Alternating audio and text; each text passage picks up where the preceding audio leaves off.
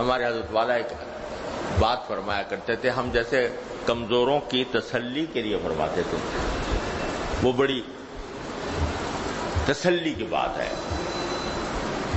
وہ یہ کہ جب آدمی اللہ جل جلالہ کے راستے پر چلتا ہے تو اللہ تعالیٰ اس کو نفس و شیطان کے مقائد سے محفوظ رکھے۔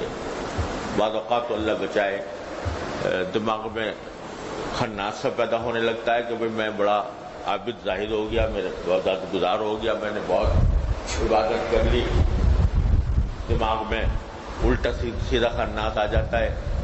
وہ عربی زبان میں ایک مثل مشہور ہے کہ صلی الحائق رکعتین وانتظر الوحی،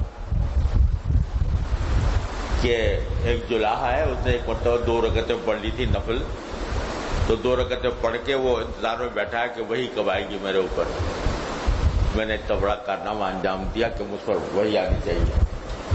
تو بعض اوقات تو اللہ بچائے شیطان جو ہے وہ یہ کہتا ہے تو بڑا عابد زاہد ہو گیا، بڑا عبادت گزار ہو گیا، تو اس کے دماغ میں خناس فضول کا پیدا کر دیتا ہے۔ اللہ بچائے اس سے، اللہ تعالیٰ اس کے شر سے حفاظت فرمائے۔ بعض اوقات یہ دھوکہ جو ہوتا ہے یہ بالکل واضح ہوتا ہے، اور واضح ہونے کے نتیجے میں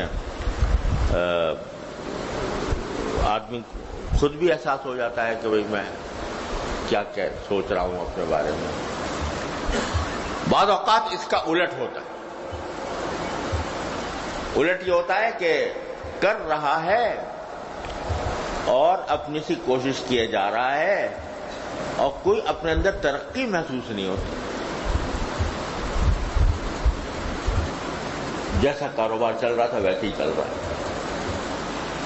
یعنی نماز بھی پڑھ رہا ہے، کچھ نفل بھی پڑھنے کی توفیق ہو رہی ہے، کچھ اللہ تعالیٰ کی عبادت کی توفیق ہو رہی ہے، لیکن کوئی ترقی محسوس نہیں ہوتی، ایسا لگتا ہے میں ایک ہی جگہ کھڑا ہوں۔ تو اس کی وجہ سے بعض اوقات شیطان مایوسی کی طرف لے جاتا ہے کہ بھئی تو نے تو کر کے دیکھ لیا سب کچھ، لیکن تجھ سے کچھ ہوا بنانے کچھ بھی نہیں، تو ویسے ہی جہاں تھا وہیں کھڑا ہے۔ تو یہ شیطان بعض اوقات اس طرح راہ مارتا ہے۔ تو ہمارے والا اللہ تعالیٰ ان کے درجات بلند فرمائے، وہ فرماتے تھے کہ اگر اخلاص کے ساتھ بندہ لگا ہوا ہے کوشش میں اور اپنی سی کیے جا رہا ہے تو ترقی ہوتی ہے، لیکن ترقی کا احساس نہیں ہوتا۔ اور اس کی مثال یہ دیتے تھے کہ جیسے بچہ ہے، بچہ جب بڑا ہوتا ہے اگر وہ ہر روز اپنے آپ کو ناپے کہ میں آج کتنا بڑا، تو جتنا کل تھا اتنا ہی آج بھی نظر آئے گا۔ اس کو اگر اپنا ناپ کے دیکھے جتنا قد کل تھا اتنا ہی آج بھی ہے، پھر پرسوں دیکھے تو پھر ویسا ہی کہ ویسا ہے۔ لیکن حقیقت میں ترقی ہو رہی ہوتی ہے، غیر محسوس ہوتی ہے، دیکھتے ہی دیکھتے بڑا ہو جاتا ہے، جوان ہو جاتا ہے، جوان ہو کر قوی ہیکل بن جاتا ہے۔ تو کیا ہوتا ہے کہ یہ ترقی جو ہے ان اعمال کے ذریعے جن کو ابتغوا الیہ الوسیلہ فرمایا گیا، ان اعمال کے ذریعے ترقی ہوتی ہے، لیکن بسا اس ترقی کا احساس نہیں ہوتا، دیکھتے ہی دیکھتے بالغ ہو جاتا ہے، دیکھتے ہی دیکھتے بڑا ہو جاتا ہے۔ اس واسطے اگر سیدھے راستے پر چل رہے ہو تو برصراط مستقیم کرے کسے گمراہ نیس، برصراط مستقیم دل کسے گمراہ نیس۔ جب سیدھے راستے پر چل رہے ہو، قدم اٹھ رہے ہیں، ٹھیک راستے پر اٹھ رہے ہیں، تو کوئی گمراہ نہیں ہے، الحمدللہ فائدہ ہے۔ محسوس ہو رہا ہو تمہیں یا نہ ہو رہا، اللہ تعالیٰ بلا رہے ہیں، قریب کر رہے ہیں، قرب ہو رہا ہے، مگر کوشش میں لگے رہو، کوشش نہ کرو، وجاہدوا فی سبیلہ، اس کی کوشش میں کمی نہ آئے کرتے رہو اور ڈرتے رہو، کرتے رہو اور ڈرتے رہو۔ والذین یؤتون ما آتوا وقلوبهم وجلة انہم الی ربہم راجعون، کیے بھی جا رہے ہیں اور ساتھ ساتھ دل میں ایک سہم بھی ہے کہ پتہ نہیں ہم آگے جائیں گے اللہ تعالیٰ کی بارگاہ میں، یہ عبادت ہماری ہوگی۔ تو لہذا اس خوف کے ساتھ مانگ لو اللہ تبارک و تعالیٰ سے کہ یا اللہ ہمیں ڈر لگ رہا ہے، پتہ نہیں ہماری یہ عبادت قبول ہوگی نہیں ہوگی، اور پتہ نہیں ہم کہیں وہاں چل ہمیں محاسبہ نہ ہمارا جب ہوگا تو ہمارا کیا انجام ہوگا۔ لہذا اے اللہ بس اپنے فضل و کرم سے قبول فرما ہی لیجیے۔ ربنا تقبل منا انک انت السمیع العلیم وتب علینا انک انت التواب الرحیم۔ یہ 3 دعائیں میں نے آج آپ کو بتائی، ان کا وظیفہ کر لیں۔ اللہم اجعل لی عندک ولیجہ واجعل لی عندک زلفیٰ وحسن مآب۔ دوسرا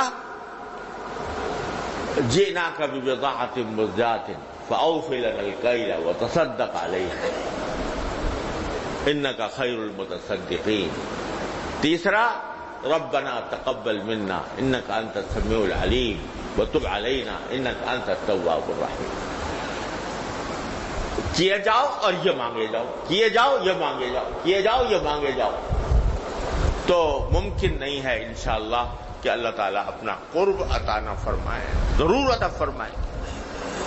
کوئی ہم سے دشمنی ہے اللہ میاں کی کہ وہ بندہ مانگے بھی اور کیے کرے بھی اور مانگے بھی اور وہ نہ دے؟ کوئی دشمنی ہے ان کو؟ ما یفعل اللہ بعذابکم ان شکرتم وآمنتم۔ کتنے صاف الفاظ میں اللہ تعالیٰ فرماتے ہیں تمہیں عذاب دے کر اللہ کیا کرے گا اگر تم شکر کرو اور ایمان۔ تو اس وجہ سے یہ کام کیے جائے انشاءاللہ ثم انشاءاللہ یہ رمضان اپنے فضل اللہ تعالیٰ کے فضل و کرم سے اس کے قرب کا ذریعہ بنے گا۔ تو ہم لوگ اردو میں بولتے ہیں نا غم، اس کے معنی ہوتا ہے خوشی کی ضد ہوتی ہے، غم ہو گیا، رنج، رنج کے معنی میں۔ عربی میں غم جو ہے وہ کہا جاتا ہے گھٹن کو، ایسی گھٹن کہ جس میں آدمی سانس تو لے رہا ہے لیکن گھٹ گھٹ کر لے رہا ہے۔ تو فنجیناہ من الغم، ہم نے اس کو گھٹن سے نجات عطا فرمائی۔ ان الفاظ کو سن کر ہم نے ان کو نجات عطا فرمائی۔ یہ تو تھا ہی، آگے ایک پیارا سا جملہ اللہ تعالیٰ نے فرما دیا کہ وَكَذَلِكَ نُنْجِي الْمُؤْمِنِينَ، اور اسی طرح ہم مومنوں کو نجات دیا کریں گے،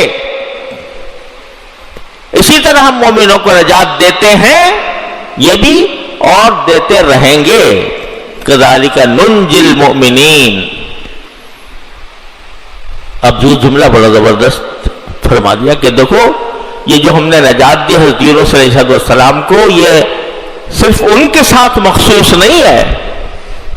اے مومنوں، جب تم یہ دعا مجھ سے مانگو گے، میرے سامنے یہ اقرار کرو گے کہ لا الہ الا انت سبحانک انی کنت من الظالمین، تو ہم سارے مومنوں کو بھی نجات اسی طرح دیں گے۔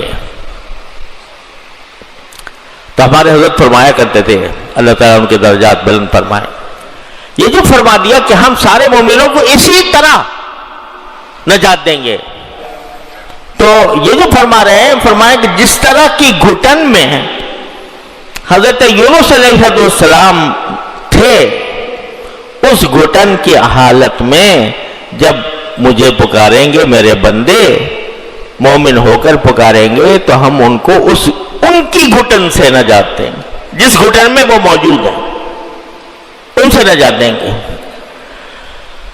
تو ہمارے حضرت فرماتے تھے، ہمارے حضرت فرمایا کرتے تھے، اللہ تعالیٰ ان کے درجات بلند فرمائے، کہ یہ جو فرمایا کہ ظلمات میں، تاریکیوں میں ہمیں پکارا، یہ تاریکیاں ایک تو ظاہری تاریکی ہوتی ہے، ظاہری اندھیرا ہوتا ہے، ایک باطنی اندھیرا ہے۔ کیا؟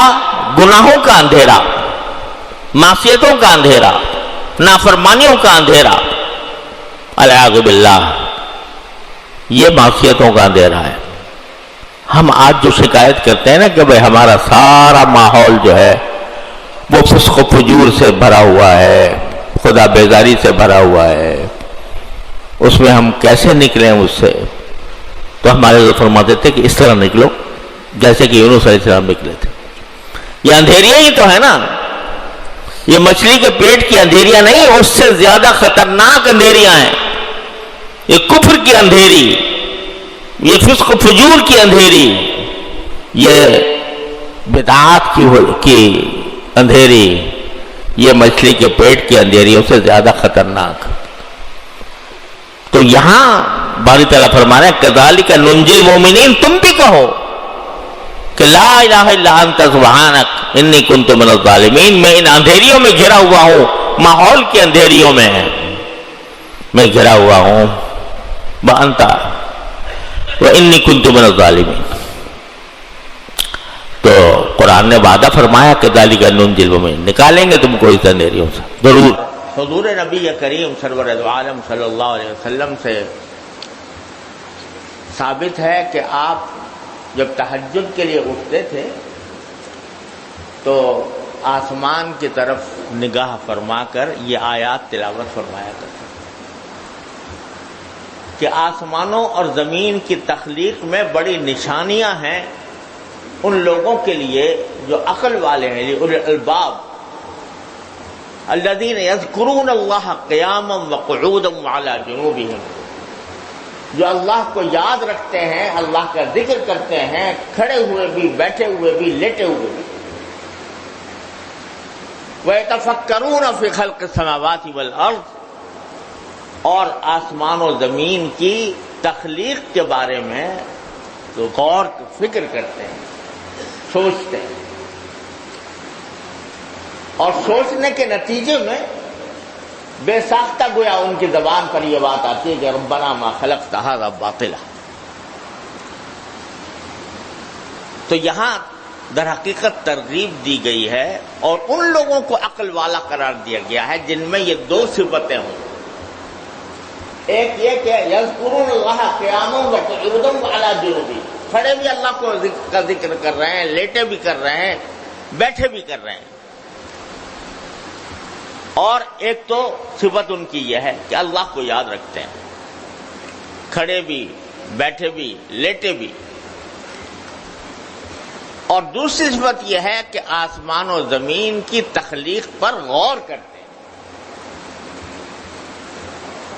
یہ ایک مستقل ایک نیکی ہے، مستقل ایک عمل ہے جو مطلوب ہے اور جو ایک بندے کے لیے قابل تعریف ہے، جس کے لیے رسول اللہ تبارک و تعالی نے اس کو اولو الالباب میں شامل فرمایا، عقل والے۔